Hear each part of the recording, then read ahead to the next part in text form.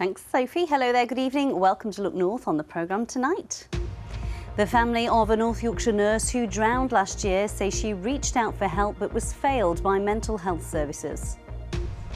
The farmers who turned firefighters to protect their moorlands vow to help the land recover. It looks worse than it is. It looks like a moonscape, but she'll recover. She just needs a bit of time and a bit of care. We'll find out about the impact on local communities. Also tonight, how cast-off clothes are helping pay the wages at a South Yorkshire hospice. Not every day you see a movie being shot in Bradford. Indeed it isn't. What is being filmed in Bradford? We have been investigating. There's been some very heavy downpours, local thunderstorms around today. There is a warning in place for tomorrow, further showers and thunderstorms to come. Join me for the detailed forecast.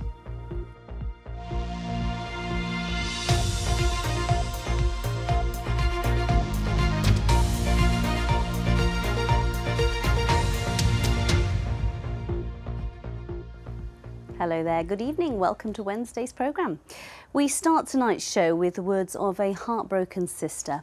Time and time again, she was failed and left without the support she needed.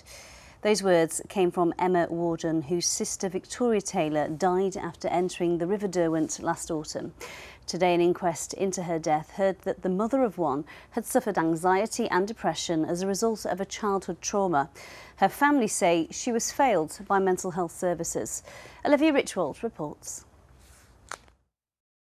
Victoria Taylor was 34 and had a young daughter. Her fiancé described her as a wonderful person, loving partner and a doting mother. After she was reported missing in September last year, there was a huge search effort to find her, including police drones, sniffer dogs and mountain rescue teams. Her body was found 3 weeks later in the River Derwent. Today an inquest was held into Victoria's death. The coroner's court in Northallerton heard that Victoria, known as Vix, had suffered from anxiety and depression as a result of her childhood trauma. She turned to alcohol and would binge drink to cope. She had chronic suicidal thoughts, and 2 months before she went missing, Victoria had been pulled from the river. She had also tried to overdose. Much of this inquest was concerned about the help that Victoria was offered. She was being seen regularly by an alcohol addiction service, but twice she was assessed and dismissed by a mental health crisis team. She was also not offered community mental health support, but instead referred to a private counselling service. Victoria's family were here in court to listen to the inquest, and at one point her sister Emma turned to representatives of the Tees, Esk and Wear Valley NHS Trust and said, "Nobody looked her in the eye and said, 'We will help you.' Now she's not here because you failed her." Afterwards, Emma released a statement saying, "She showed up for those she loved with warmth, humour and a deep sense of care. She also lived with challenges. These were not hidden. She reached out for help. She made herself visible to services, and yet time and again she was failed and left without the support she needed. The failures in her care were not isolated incidents. They were part of a wider pattern of systemic neglect and under-resourcing in mental health services. Vix deserved better." North Yorkshire Area Coroner Catherine Cundy reached a narrative conclusion. She said Victoria had intended to enter the river, but she couldn't be certain she had intended to end her life. She voiced concerns that Victoria was not offered enough mental health support and said she will be writing to the NHS Trust and other agencies. Meanwhile, Victoria's family have said it's a tragedy, but it must also be a turning point. Olivia Richwald, BBC Look North, Northallerton. Well, the Health Trust involved in Victoria's care said their thoughts and deepest condolences were with Victoria's family. Elspeth Devaney, who is the Group Director for Nursing and Quality at the Tees, Esk and Wear Valleys NHS Foundation Trust, said this: "Following Victoria's tragic death, we completed a review and have made changes to improve our services. We will respond to the coroner's report and take action to continue to improve and provide high-quality care to the people in our communities." Next tonight, it's day 24 of the North Yorkshire Moor fire, and today has been the first proper chance for some farmers to be able to see the extent of the damage to their land. Phil Bodmer has spent the day in the area as businesses and residents get used to the new normal. The fire came, and it came down to my boundary fences. It just was there. It just tremendous, you know, it was frightening really. With roads reopening, the moorland ravaged by fire is revealed. Thousands of acres blackened by the blaze that's been burning for more than 3 weeks. For Richard, whose family have been farming here since the 1850s, there is a sense the worst is now over. A phone call to say the fire had broken over the lightweight walk, and that if it wouldn't be long before it was on my moor. It looks worse than it is. It looks like a moonscape, but she'll recover. She just needs a bit of time and a bit of care. Today, additional resources like this one from the London Fire Brigade were monitoring hotspots, which are still burning deep within the peat. Well, there's drizzle in the air today, which is helping firefighters and farmers in damping down the moorland. And if you can't see the smoke, you can certainly smell it, because it hangs thick in the air most of the time. The Flask Inn at Fylingdales has now reopened after being closed for several days, when customers were asked to leave at short notice because of the fire. Yeah, the police came in and just informed us that we had to evacuate, which was quite scary at the time. There had a few customers in, so they obviously went and got their belongings from outside. From the caravans, and off they went to the Falcon up the road, and then on to Ravenscar Town Hall. Locals say the fire has brought the community together, with volunteers working all hours to help crews tackle the blaze. The initial panic was for me was when I got called to go to help and assist with the fire, and it's that time between me leaving the farm and actually going and seeing what was happening was the really stressful bit, because you didn't know what you were going into. Yeah, we're confident that the farmers would do it. They've been absolutely brilliant, and without them we'd have been in a pretty bad state really, so I'll be forever grateful to them, and you know, there's always a free drink here from when they come in. Amid the obliteration, there is optimism, a sense of resilience which will aid recovery. Phil Bodmer, BBC Look North, on the North York Moors. Gosh, you could really hear the emotion, couldn't you, in that farmer's voice. A real group effort there, the community pulling together. Next tonight, a York MP has become the first male politician in the country to take an extended break after the birth of his baby. Luke Charters says England needs to improve its provision to new dads and that current 2-week statutory paternity leave just isn't good enough. The government is currently looking into the issue. Heidi Tomlinson has been to meet him and his newborn. Train. You want to try the train? Yeah. Okay. With you, 3, 2, 1, go! Being a Member of Parliament and a hands-on dad aren't roles that easily sit together. Like all working parents, Luke Charters has felt pulled in every direction. 3, 2, 1. His second child, Louis, was born last month. The MP for Outer York took 6 weeks paternity leave. It's hugely important to have extended time with your family. We're all human beings first. I'm a big believer that people want politicians that are just normal, ordinary people, and people have respected me for putting my family first, and I think it makes me a better MP. Currently, all dads can take up to a fortnight off after having a baby. MPs are entitled to an extended period of leave, but Luke is the first male politician to take a prolonged paternity break, and now he thinks that all dads should get more time with their newborns. 2 weeks statutory paternity pay, it's not good enough, and a third of dads can't even take paternity leave at all if they're self-employed. That's got to change, and the government's listening. They're responding to the campaign I'm working on with other dads, and there is a consultation. So can I ask the Prime Minister, will he review statutory paternity leave? And from one father to another. Since being elected last year, campaigning for better parental leave has been at the top of Luke Charters' agenda, with support from the Prime Minister. You can't grow the economy if parents have to choose between work and their children. The government's carrying out a review of parental leave, looking at how to better support working families. I think we should have 6 weeks paid paternity leave for dads, whether you're self-employed, whether you're employed, whether you're an MP, or you've got any other job in the country. Let's have it and protect that time at the start of a dad and start of a child's life. And what about you, Luca? You got a stick? Oh, what else can we find? It's a call backed by many dads who'd value more time to help at home and bond with their babies. I think there's just such a benefit, not just for the dad, not just for the child, but for mum as well. I think the whole family will benefit. I think it's a good idea. I think that time is really important. You know, I know it's vital for the mother-child bond, but I think it's exactly the same for the father and the child. They all deserve better. We're on this planet to form bonds and special relationships with our families. We're not here, we weren't born just to work. So can we just shift society a bit? And I think the government is in a good place on this. We will get there. Change could take years. For now, Luke is heading back to Parliament to continue his campaign for future fathers. Heidi Tomlinson, BBC Look North, York. Oh, and congratulations to Luke and his family as well. Well, while some bigger companies are starting to offer more generous paternity packages than the statutory 2 weeks, but what about small businesses? Can they cope? How would tripling paternity leave affect them? It's something I asked Akwil Chowdhury. She's the president of the Chamber of Commerce in Leeds and also a small business owner herself. The impact will be huge because there's 95% businesses in the UK who employ less than 10 employees.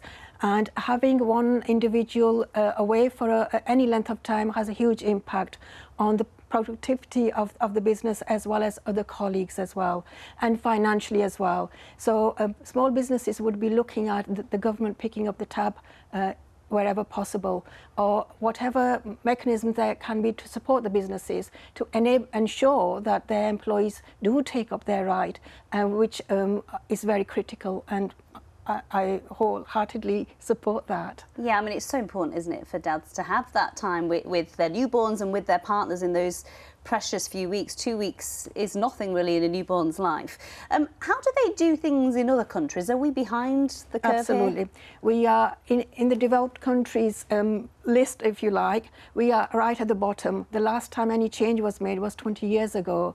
So there's been so much progression in the European countries, for example, Spain, France, Sweden, Japan. There's so many different options that the government can consider to see what is the best for our country and our different sectors that must be taken into account, because the impact on a large corporate will be different to the small business that may have just a few individuals, or even self-employed individuals. They equally have the right, but something needs to be there financially to support them to take that up. So what would you like the government to do? Because they do say that they're looking at this. What would be the ideal scenario? It's to invest in small businesses to backfill. Whatever mechanism is going to be put into place, the backfill financially needs to be, small businesses must be compensated. Okay, thank you so much for coming in. Thank you. You are watching Wednesday's Look North, still to come on tonight's programme. The groundbreaking study into the lives of babies and children born in Bradford celebrates its 18th birthday. We talked to its founder and a young participant.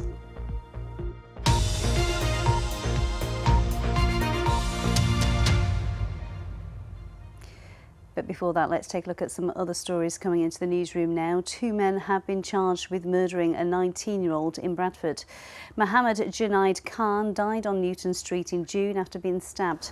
Police say Hamza Rayman and Lukman Rayman, both of Birch Lane in Bradford, have been charged with murder and violent disorder. An 18-year-old man was also previously charged with murder. All 6 of the UK's major steel companies could be merged with the government.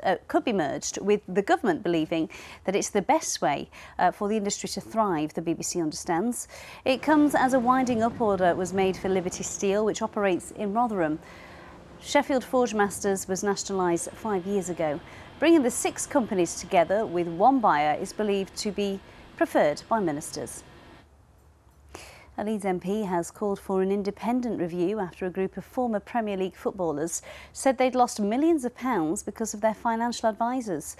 Former Leeds and Sheffield United player Brian Deane and former Leeds player Rod Wallace are part of the V11 group who investigated with in Kingsbridge Asset Management in the 90s and 2000s. They invested money with them and they're now being chased for millions more in tax, despite being told that they were actually victims of crime. Firstly, because like so many people in this country, I deeply care about football and our national game and don't want to see those who play it being taken advantage of. But secondly, this is a much wider issue where a whole range of types of financial fraud are committed, but the same principle applies where the victims are being gone after and not the perpetrators. So if we can win in this case, then it will affect so many other people if we change the system. We've had a statement from David McKee and Kevin McMelliman, who ran the Knightsbridge, and they say they deny any wrongdoing and at all times advised in good faith and set out the risks and opportunities both before and after any investment was agreed. Let's move on now. Wakefield Council has been told it must improve its adult social care provision. The Care Quality Commission says the shortfalls it had identified include an indication from the council data that members of Black, Asian and minority ethnic communities might not be accessing the support that they need. The council says it's confident it can tackle the areas that need improvement. Yorkshire experienced some welcome rainfall over the last few days, but it hasn't been enough to have a positive impact on reservoir levels.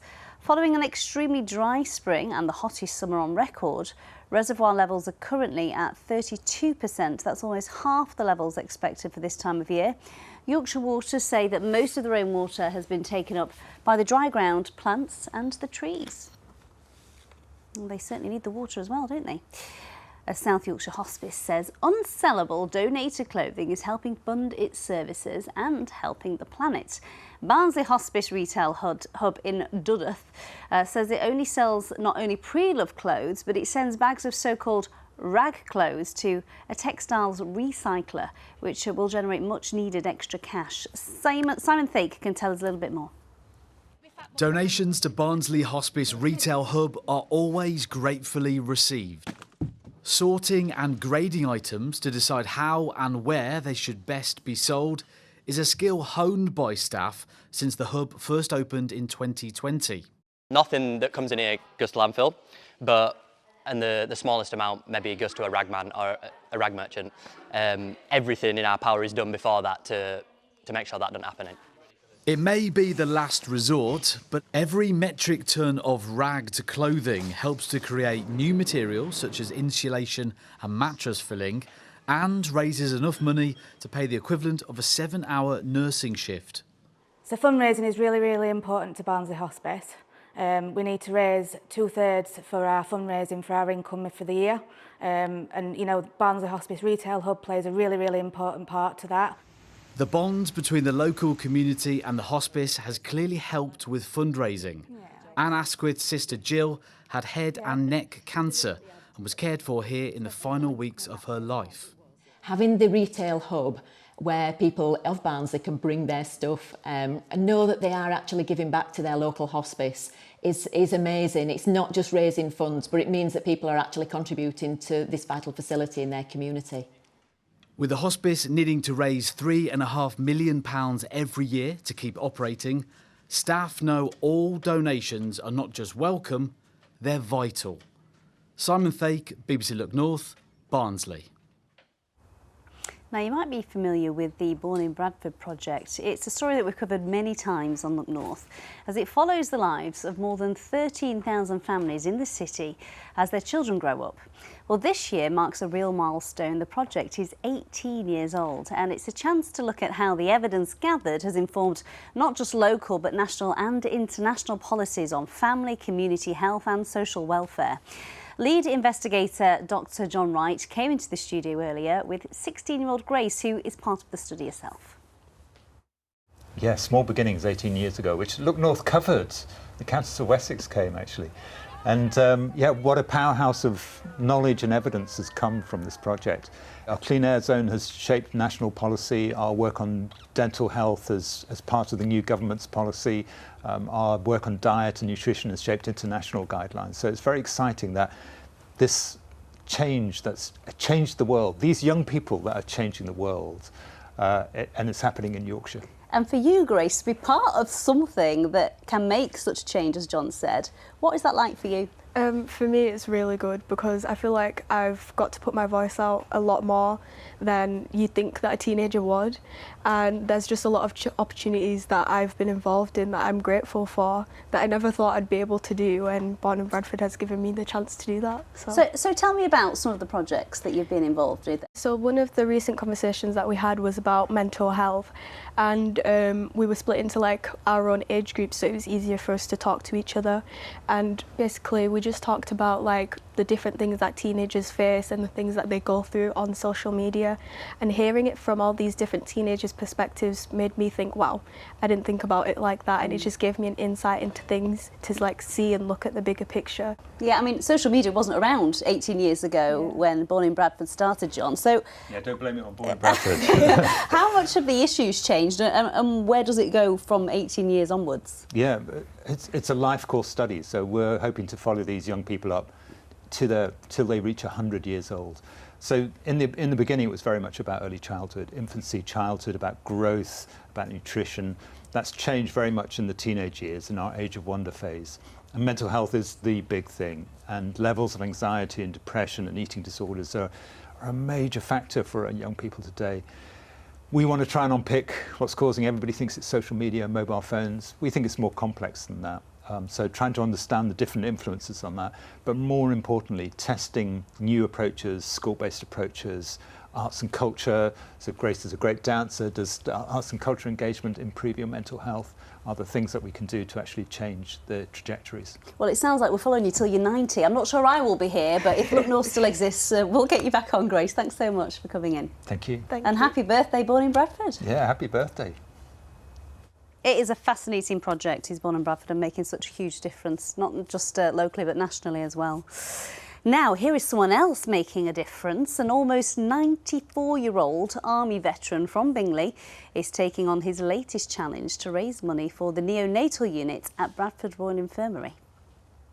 5, 4, 3, 2, 1. And off he goes. Despite having severe arthritis, Geoffrey Long set off doing laps of Centenary Square in Bradford earlier today, along with a doll in a pram, and he plans to do 19,500 steps before the end of the month. The baby unit has a special place in Geoffrey's heart because of the care his granddaughter received there. Over the past 18 years, the former paratrooper has raised more than £400,000 for various charities. 5 of my grandchildren have been, what can I say, looked after extra special. They were all born very tiny, premature. The Bradford Royal Infirmary look after not just the local area, but taking babies who may have a problem or born premature from other areas as well, if they have room for them. So it's a worthwhile, really a worthwhile challenge today. Well, Geoffrey, you are looking fabulous, so good luck with that challenge.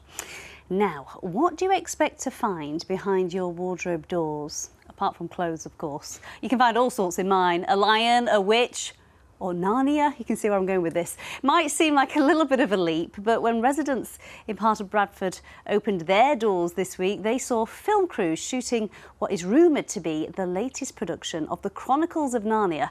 Jacob Tomlinson has more. Lights, camera, action. It's been a busy few days for residents in Bradford as filming for a brand new Netflix production got underway. Earlier in the week, film trucks and props arrived on location in the Manningham and Little Germany area of the city. It's believed to be a new production of the Chronicles of Narnia, as horses and classic cars were seen being used along residential streets. Well, yeah, guys, the road's blocked everywhere. I can't really see much going on, although I can see a few trucks and trailers there. As you can see, they're shooting the movie. That is pretty mad, you know, to be fair. Not every day you see a movie being shot in Bradford. It's not the first time, though, Bradford has been used for productions like this. Only last year did we see crews shooting for the latest edition of the 28 Days Later series. Now, unfortunately, details around this filming are currently confidential, and so sadly we don't know just yet when we'll see parts of the current City of Culture on the big screen. Jacob Tomlinson, BBC Look North, Bradford. Oh, it's exciting, isn't it? We do love a film crew. Paul's here now with the latest forecast. I wore a coat today and I found it extremely depressing. Well, I've got a story for you. I walked Dave this morning at 6:45 and one of my neighbours had the central heating on. There was steam steam coming out of their flue. The shame of it in early September. But yeah, I think we're all going to get seasonal adjustment disorder already after that spring and summer, don't you think? They could have been in the shower. No. No. Eating was on. He's got his eye on you. Right, Stanage Edge. This was the view looking east. There was some terrific heavy downpours in the Sheffield area. They moved eastwards this afternoon. We've got another one in Doncaster, so it was all happening in South Yorkshire. Look at the state of that sky. And I think tomorrow we'll see a repeat performance with showers and some local thunderstorms breaking out. Could lead to some localised flooding. If you've got any pictures of the action out there, Instagram or the Weather Watcher website is where you should send them. So the Met Office have issued a warning for tomorrow. Not everyone will catch one, but if you do, it could well lead to some localised flooding as these storms flourish as temperatures rise during the course of tomorrow. The storm's courtesy of this feature. Once that goes through, actually, Friday and Saturday looking pretty good. A ridge of high pressure means it's dry, it'll be warm, there'll be some sunshine around, and then this feature will spoil things on Sunday, bringing rain back in from the southwest.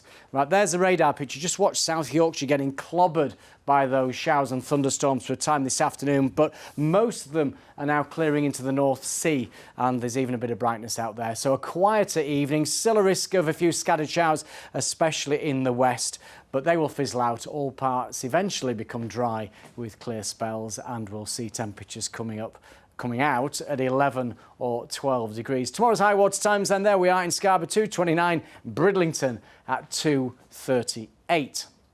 So a fine, bright start, some sunshine. Do enjoy it if you can, because certainly mid to late morning we'll see those showers breaking out, and then the potential, as you can see, especially eastern areas, of some really lively downpours, and these, as I say, could lead to some localised downpours and flooding, should I say. The west will brighten up later on. It should be a fine late afternoon and certainly a better evening. We'll see temperatures coming in at around about 17 Celsius, so that's a bit disappointing. But Friday and Saturday looking much better. As I say, rain spreading back up from the southwest on Sunday, but fairly pleasant temperatures, 21 degrees. And that, Amy, is the forecast. That is more like it. Stop looking at your neighbour's flues. That is it from us. I am on it. Good night for now.